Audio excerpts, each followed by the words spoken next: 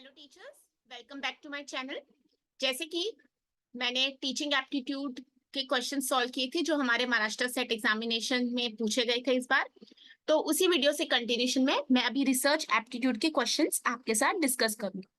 Research aptitude के लिए मैं हमेशा कहती हूँ कि आपको इसके लिए बहुत मेहनत करनी चाहिए, क्योंकि जब हम टीचिंग फील्ड में आ जाते हैं ये एक ऐसा टॉपिक है, ये एक ऐसा सब्जेक्ट है जो हमें हमेशा काम आएगा और यूजफुल रहेगा।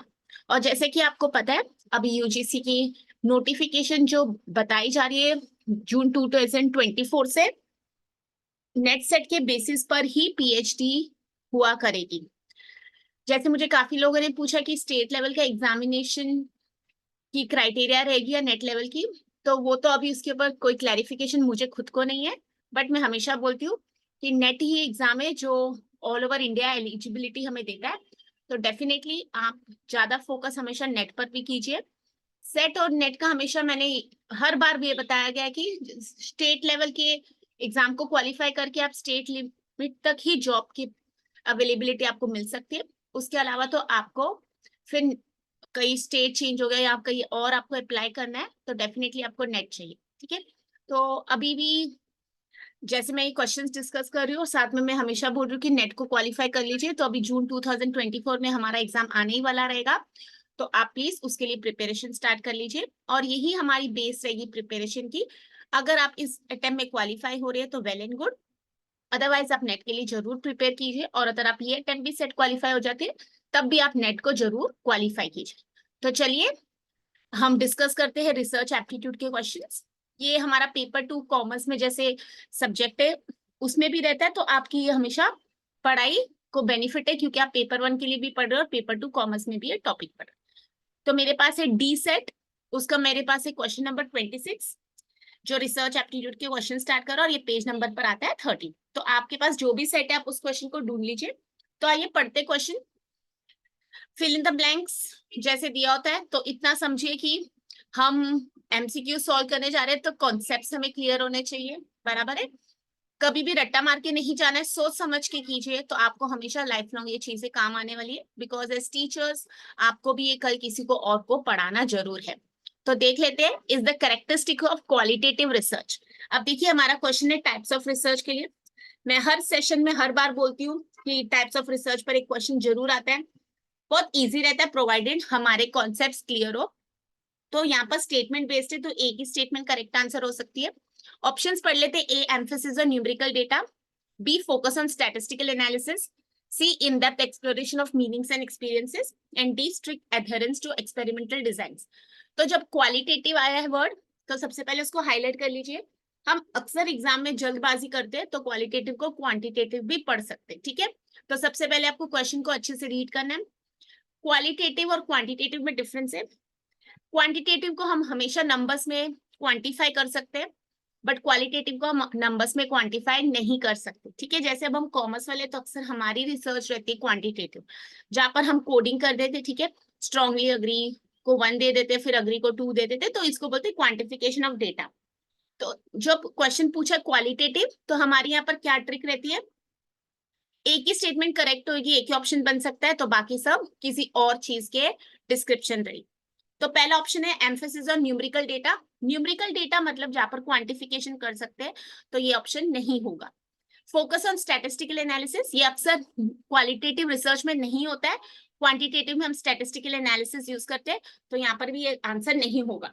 सी in depth exploration of meanings and experiences, यही इसका आंसर है, क्योंकि क्वालिटेटिव रिसर्च लिमिटेड नंबर पर होती है और हमेशा हम उसमें फोकस करते हैं। ठीक है, जैसे इंटरव्यूज लेते हैं, पर्सनल कांटेक्ट बनाते हैं, ठीक है, वर्ड्स हो सकते हैं, वहां पर क्वांटिफिकेशन ऑफ डेटा नहीं रहती है, तो यहाँ पर मीनिंग्स एंड एक्सपीरियंसेस। और डी पर है हमारे पास strict adherence to experimental design, तो एक्सपेरिमेंटल डिजाइन भी क्वांटिटेटिव का हो जाता है। तो देखिए 3 फीचर्स उन्होंने क्वांटिटेटिव के दिए, क्वालिटेटिव, तो यहाँ पर हमारा करेक्ट आंसर है सी। अब हमें क्या करना है, आज ही टाइप्स ऑफ रिसर्च पढ़ना है। टाइप्स ऑफ रिसर्च जब भी पढ़ेंगे उसके फीचर्स के साथ, उसके अंदर कितनी कैटेगरीज है, या फिर उसके प्रैक्टिकल क्वेश्चंस को सॉल्व करेंगे, एग्जांपल्स। ठीक है, जैसे एथनोग्राफी क्या क्वालिटेटिव है क्वांटिटेटिव है, कोरिलेशनल टाइप ऑफ रिसर्च है तो उसमें क्या डिफरेंस है रिग्रेशन से। जब भी आप कोई टॉपिक पढ़िए उसको इन डेप्थ पढ़िए। मैं हर बार हर सेशन में हर वीडियो में रिपीट करती हूँ, एक क्वेश्चन के साथ आप 4 ऑप्शंस पढ़ रहे हैं। तो यहाँ पर आज आप जब क्वालिटेटिव पढ़ेंगे तो डेफिनेटली आपको क्वांटिटेटिव रिसर्च भी पढ़ना है। ठीक है, कल क्वेश्चन आ सकता है एथनोग्राफी कौन सी टाइप की रिसर्च है या फेनोमेनोलॉजी क्या है। ठीक है, तो ये सारी चीजें हमें ध्यान रखनी, कभी भी ऊपर ऊपर से पढ़ के मत जाइए, क्योंकि आप एग्जाम तो जरूर क्वालिफाई हो जाएंगे बट आपको life long as a teacher वो नॉलेज हेल्प नहीं करेगी। क्वेश्चन नंबर 27 पर आ जाते हैं, limitation of positivism in research. अब जैसे हमारा 2019 में सिलेबस अपग्रेड हुआ था तो पॉजिटिविज्म और पोस्ट पॉजिटिविस्टिक रिसर्च हमारे कॉन्सेप्ट आया था। ठीक है, इसके लिए हमें इन डेप्थ में पॉजिटिविज्म और पोस्ट पॉजिटिव पढ़ना है। मैं फ्यूचर में इसके ऊपर वीडियोस लाऊंगी, और अगर आपने मेरे पुराने सेशंस चाहिए तो उसमें मैंने ब्रीफ में डिस्कस भी किया हुआ है। ऑप्शन देख लेते हैं, तो लिमिटेशन पूछ रहे, लिमिटेशन मतलब उसकी डिसएडवांटेज पूछ रहे। ठीक है, क्वेश्चन को हमेशा समझिए कि वो क्या पूछ रहा है। It ignores the importance of empirical evidence. Empirical evidence क्या रहता है, जो हम खुद से एक्सपीरियंस करते हैं। ठीक है, B, it tends to oversimplify complex social phenomena. C, it places too much emphasis on subjective interpretations. And D, it encourages bias and personal opinions in research. ठीक है, तो पॉजिटिविज्म और पोस्ट पॉजिटिव क्या है, ये आप मेरी पुरानी वीडियोस में देख लीजिए, मैंने क्वेश्चंस के साथ भी सॉल्व कराया है। आपको नहीं समझ आता है तो आप मुझे कमेंट बॉक्स में बोल सकते हैं, मैं उसके ऊपर एक वीडियो बना दूंगी। तो यहाँ पर हमारा करेक्ट आंसर है B, it tends to oversimplify complex social phenomena. ठीक है, ये आंसर क्यों आया या मैं क्यों बता रही हूँ, उसके लिए आपको पहले पॉजिटिविज्म और पोस्ट पॉजिटिव पढ़ना पड़ेगा। ठीक है, चलते हैं दूसरे क्वेश्चन पर। Question number 28, referred as citation in the academic writing. ठीक है, साइटेशन, अब आपने कभी रिसर्च पेपर्स या कभी टेक्स्ट बुक या कभी आपने कोई भी ऐसे रिसर्च में काम किया है, तो आप जब भी किसी और का सोर्सेज यूज करते हैं, हम रेफरेंसेस, साइटेशन, बिब्लियोग्राफी ये सब यूज करते हैं। ठीक है, तो हमें पूछा गया है कि साइटेशन एकेडमिक राइटिंग में मतलब क्या है, मतलब साइटेशन का डेफिनेशन। तो ए ऑप्शन है, a reference to the author's personal experiences. B, a way of giving proper credit to the original source of information. C, a fictional element added to enhance the narrative. And a personal opinion included without supporting evidence. देखिए, आप जब भी research में कुछ काम करते हैं, आप किसी और का रीड करते हैं, कई और से कुछ चीजें हमने नोट की है, तो वहां पर हमें उनको क्रेडिट देना बहुत जरूरी है। ठीक है, अब आप जब देखेंगे, आपने अगर रिसर्च पेपर लिखा है तो कुछ कोट लिखने के बाद हम ब्रैकेट्स में भी दे देते हैं उनका नाम, ऑथर का नाम या तो ईयर। फिर जब हमारा सब पेपर कंक्लूड हो जाता है, हम उसके बाद भी रेफरेंसेस और बिब्लियोग्राफी देते हैं। ठीक है, अब साइटेशन जब एक आता है, इसके ऊपर बहुत सारी चीजें हमारे क्वेश्चंस बन सकते हैं। तो आज आपको क्या पढ़ना है, रेफरेंसेस, साइटेशन और बिब्लियोग्राफी, ये तीनों में क्या है, ये तीनों में क्या डिफरेंस है, क्या साइटेशंस भी रेफरेंस है, क्या रेफरेंस भी बिब्लियोग्राफी। ठीक है, ऐसे क्वेश्चंस भी बनते हैं। और अगर करंटली आप पीएचडी परस्यू कर रहे हैं तो डेफिनेटली आपने कोर्स वर्क अटेंड किया होगा, तो उसमें ये बहुत सारी चीजें हम सीखने को मिलती है।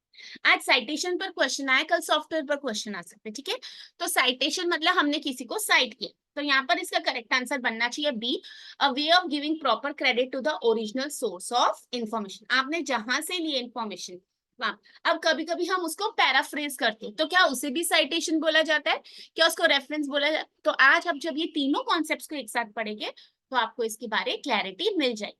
हमें सिर्फ पढ़ने के लिए नहीं पढ़ना है, हमें लाइफ लॉन्ग नॉलेज के लिए पढ़ना है। Question number 29, that type of research misconduct, देखिए वर्ड है मिसकंडक्ट, कुछ गलत काम, इन्वॉल्व्स मेकिंग अप और फॉल्सिफाइंग डेटा, या तो हम डेटा बनाने की कोशिश कर रहे हैं, हम डेटा झूठा दे रहे हैं, इसको क्या बोला जाता है, प्लेजरिज्म, फैब्रिकेशन, मिसइंटरप्रिटेशन, बायस सैम्पलिंग। ठीक है, अब प्लेजरिज्म क्या होता है, हमने किसी का आइडिया स्टील किया, किसी के वर्ड्स को कॉपी किया है, किसी और का कंटेंट कॉपी किया है विदाउट सोर्स।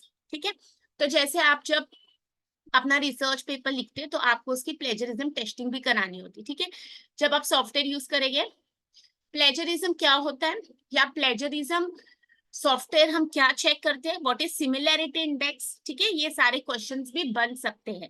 हम जब ऐसे जनरल बात करते हैं ना, तो हम सारे वर्ड्स को मिक्स कर देते हैं, बट प्लेजरिज्म, सिमिलैरिटी इंडेक्स में भी काफी डिफरेंस रहता है। ठीक है, जैसे हम बोलते हैं, हम मार्केटिंग पढ़ रहे होते हैं, हम मार्केट, मार्केटिंग, पैकेजिंग, लेबलिंग ये सबको एक ही बोल देते हैं, बट टेक्निकली इन सबका मीनिंग अलग रहता है। तो व्हाट इज प्लेजरिज्म, यहाँ पर करेक्ट आंसर हमारा बी ऑप्शन है, फैब्रिकेशन। क्योंकि फैब्रिकेशन एक ऐसा मिसकंडक्ट है जहां पर हम या तो झूठा डेटा बना रहे हैं, हम डेटा को बनाने की कोशिश करते हैं। अब जब आप रिसर्च करते हैं, आप हाइपोथेसिस को प्रूव करते हैं, तो हमें होता है कि हमारा यही हाइपोथेसिस प्रूव होना चाहिए, नहीं तो ऐसे लगता है कि कुछ भी कहानी बन गई है। ऐसे नहीं होता ना, जो ट्रू रिपोर्ट आती है उसी को हमें जस्टिफाई करके एक्सप्लेनेशन देनी होती है। ठीक है, तो यहाँ पर हम जब चीटिंग करते हैं तो वहां पर फैब्रिकेशन है। अब आप जब ये कॉन्सेप्ट पढ़ रहे तो आपको इसके रिलेटेड सारे कॉन्सेप्ट्स पढ़ने चाहिए। मिस इंटरप्रिटेशन तो होता है हमने गलत इंटरप्रेट कर लिया, और बायस सैम्पलिंग। ठीक है, तो यहाँ पर करेक्ट ऑप्शन हमारे पास है फैब्रिकेशन। कल प्लेजरिज्म का कॉन्सेप्ट आ सकता है, प्लेजरिज्म की डेफिनेशन पूछी जा सकती है, या प्लेजरिज्म सॉफ्टवेयर कौन से अवेलेबल है वो पूछे जा सकते हैं। फैब्रिकेशन को अलग तरीके से पूछा जा सकता है। ठीक है, फिर मिस इंटरप्रिटेशन के लिए अलग पूछा जा सकता है, और बायस सैम्पलिंग तो हमारे पास बहुत एक डीप कॉन्सेप्ट है। Methods of sampling, techniques, sample size, हमने ये सैम्पलिंग क्यों यूज की। तो देखिए एक क्वेश्चन भी आप सॉल्व करें तो आप कहीं ना कहीं 4 कॉन्सेप्ट्स पढ़ रहे हैं, और वही 4 कॉन्सेप्ट्स के आप 100 वेज में क्वेश्चन पूछ सकते हैं। ठीक है, तो यहाँ पर करेक्ट आंसर है B. Question number 30, ICT tool is essential for creating and managing bibliographies in research papers। ठीक है, देखिए ऊपर साइटेशन पर आ गया, मैंने बोला जैसे रेफरेंस, तो अब इमीडिएट क्वेश्चन है बिब्लियोग्राफी। अब रेफरेंसेस और बिब्लियोग्राफिक्स में क्या डिफरेंस है। अगर आप थोड़ा इन डेप्थ पढ़ेंगे तो रेफरेंसेस क्या होते हैं, हमने जो भी रेफर किए थे सोर्सेस, ठीक है, हमने उनमें से कुछ यूज किया तो हम उसको रेफरेंसेस बोलते हैं। टेक्निकली बिब्लियोग्राफी क्या रहेगा कि जैसे मैंने 100 सोर्सेज रेफर किए, ठीक है, बट हो सकता है उन 100 सोर्सेज में से मैंने सिर्फ 80 में से यूज किया, बट बाकी मैंने 20 भी तो पढ़े थे, तो ये जो 20 बैलेंस रह जाएगी इसको हम बोलते हैं बिब्लियोग्राफी। ठीक है, आपने भले उसको डायरेक्ट यूज नहीं किया but somewhere you have refer to them, तो इसको हम बोलते हैं बिब्लियोग्राफी। हम generally reference and bibliography same कर देते। ठीक है, तो अब ये देखिए क्वेश्चन क्या पूछ रहे, कौन सा आईसीटी टूल यूज हो रहा है manage bibliography in research papers. A option statistical software. Bibliography और स्टैटिस्टिक्स का कोई रिश्ता नहीं है, तो यहाँ पर ए आंसर हो नहीं सकता। Reference management software is the correct answer here. ठीक है, अगर आपने सुना है मेंडली, जोटेरो, ठीक है, ये सारे क्या है जो हमें हेल्प करते हैं बिब्लियोग्राफी और रेफरेंसेस के लिए।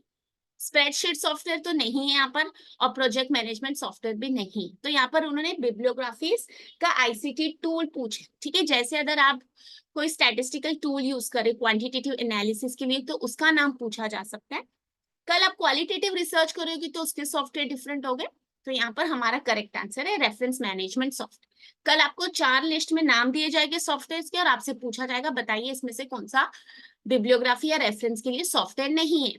ठीक है, तो आज देखिए अगर आपने साइटेशन, रेफरेंसेस और बिब्लियोग्राफी ही पढ़ के गए होते तो उसमें से आपको 4 मार्क्स आ रहे थे, 2 क्वेश्चंस डायरेक्टली आए। तो देखिए कुछ यहाँ डिफिकल्ट नहीं था, अगर हमने थोड़ी सी मेहनत और क्वेश्चन सॉल्व किया तो डेफिनेटली हम यहाँ पर आ जाते थे। तो आप एनालाइज करेंगे तो ये 26 जो क्वेश्चन थे ये टाइप्स ऑफ रिसर्च से था, ये फिर पॉजिटिविज्म और पोस्ट पॉजिटिव जो हमारा सिलेबस है, फिर यहाँ पर हमारे रेफरेंसेस, बिब्लियोग्राफी कॉन्सेप्ट है पूरा। जैसे अगर आप थीसिस राइटिंग की मैं बात करूँ तो ये सब वहीं पर आ जाएगा, तो it is a very much part of the syllabus. और यहाँ पर ये एथिक इन रिसर्च के ऊपर आ जाता है। ठीक है, टाइप ऑफ रिसर्च मिसकंडक्ट। तो देखिए जब हमें हमेशा जब पढ़ते हैं तो हम बोलते हैं क्वेश्चंस कहाँ से आ रहे, हमारी गलती, हम सिलेबस को अच्छे से समझते नहीं। जब आप, जैसे मैं बात करूँ कॉमर्स कैंडिडेट्स की, तो अगर आप कॉमर्स से है तो अगर आपने ये, हमारा यूनिट नंबर 5 है, ठीक है, जिसमें बिजनेस रिसर्च, स्टैटिस्टिक्स सब कवर हो रहा है, वो अगर आपने पढ़ लिया तो ये आपको पढ़ने की जरूरत ही नहीं पड़ती। ठीक है, अगर आप रिसर्च कर रहे हैं तो आपको ये सब क्वेश्चंस तो ऑटोमेटिकली आने ही चाहिए थे। तो देखिए 10 मार्क्स अपने हाथ में थे, प्रोवाइडेड हमने पढ़ा है। मैं हमेशा बोलती हूँ रिसर्च एप्टीट्यूड के लिए एक तो आपकी नॉलेज उस टॉपिक की अच्छी होनी चाहिए, आपको इंग्लिश समझ आना चाहिए। ठीक है, और जो भी आप लैंग्वेज में अपियर करें, मराठी में अगर उसका डिफिकल्ट वर्ड है तो आपको समझ आना चाहिए, और थोड़ी हमें हमेशा अपनी कॉमन सेंस साथ में रखनी होती है। यहाँ पर कुछ भी डिफिकल्ट नहीं था, अगर आपने ये क्वेश्चन अटेम्प्ट कर पाए तो आपको समझ आ जाएगा कि हम कौन से लेवल पर है, या तो हमें और कितनी मेहनत करनी। ठीक है, तो इस वीडियो के लिए इतना ही। आपको मेरी वीडियोस पसंद आती है तो आप प्लीज उसको लाइक, शेयर और सब्सक्राइब कीजिए। मैंने ये क्वेश्चन सिर्फ आंसर की मुझे देने में, एक हमेशा होता है कि अब जो स्टेट लेवल का आएगा आंसर वही करेक्ट माना जाएगा, और मैंने अपनी पुरानी वीडियो जिसमें टीचिंग एप्टीट्यूड बताया है उसमें आपको बताया चैलेंज का भी प्रोसेस है, और ये क्वेश्चन हमें फिर से नेट एग्जाम में भी मिल सकते हैं, अलग फॉर्म में पूछे जाएंगे। तो याद रखिए, मेहनत कीजिए, कॉन्सेप्ट्स को पढ़िए, और जब भी आप कॉन्सेप्ट्स को पढ़ रहे हो उसके बाद उसके क्वेश्चंस भी सॉल्व कीजिए। ठीक है, तो हम आज से ही अपने यूजीसी नेट की प्रिपरेशन स्टार्ट करते हैं। तो मेरी तरफ से इस वीडियो के लिए इतना है, फिर मैं आपको मिलती हूँ नेक्स्ट वीडियो में अलग आंसर कीज के साथ।